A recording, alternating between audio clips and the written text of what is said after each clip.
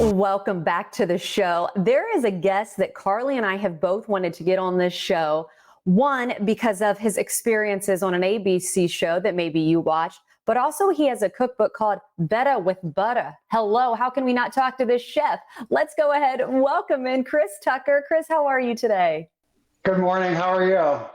Again, I'm so excited to chat with you because I know there's a lot of different elements here that we want to touch. First off, Betta with Butta. I was thinking savory. I'm seeing sweets behind you today. Yes, ma'am. So we do savory and sweet, but we mainly do focus on sweets.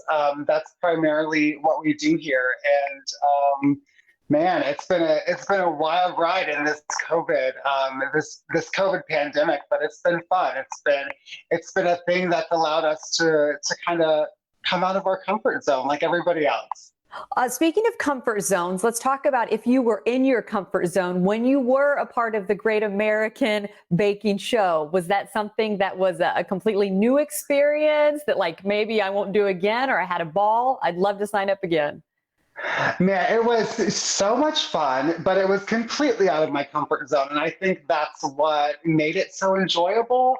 It was just a different challenge every day. It just taught me that I could do things that were really big and really exciting. And it taught me a lot about myself personally, but it also showed me like what a great skills that I have. So yeah, I would do it again in a heartbeat. And speaking of doing things really big, you have a really big initiative going on, and it's kind of you're calling out some bakers here in the Tampa Bay area. Explain what this new passion project of yours is all about and how it does involve birthday cakes, as we're looking at now. Yeah, so we just launched what we're calling the Cake Initiative, and we launched it 2 weeks ago here in Los Angeles. And I'm originally from Florida, so the fact that I'm on Tampa station is really exciting for me. But we launched the Cake Initiative, and we are calling out to bakers across the world, but specifically here in the States, because the initiative is really honing in on these families that have been economically impacted by the COVID-19. We know that millions of people are out of work due to this pandemic, and we just wanted to make sure that we could do our part in helping in any way possible.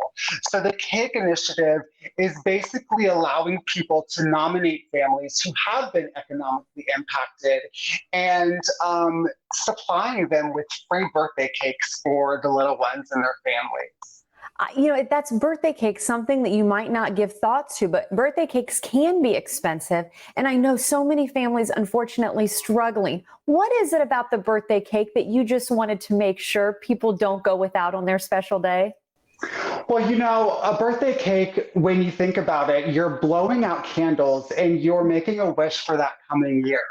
And if you don't have that as a little kid, it really just, it's sad. So we wanted to make sure that we could do whatever possible to make these little kids' birthdays feel as normal as possible in a time that's just not normal.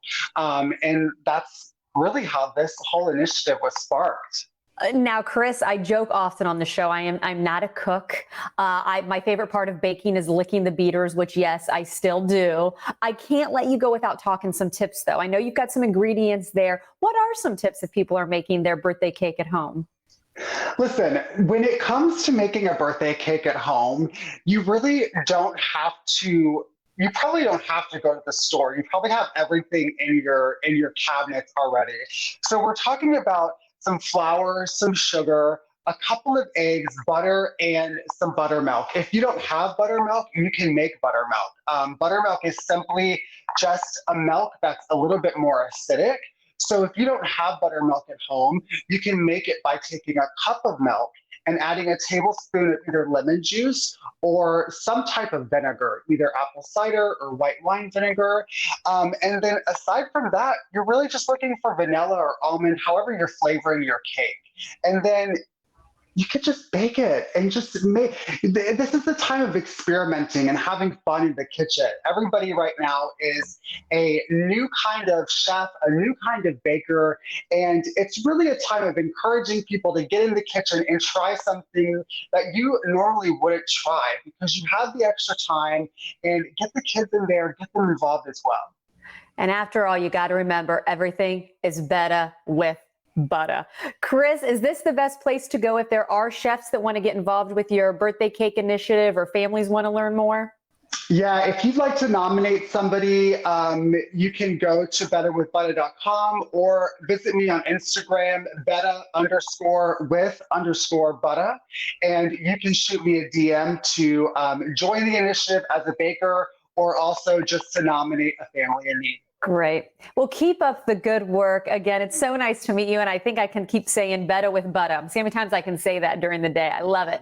Take care, Chris. Keep up the good work and stay in touch, okay? Thank you so much.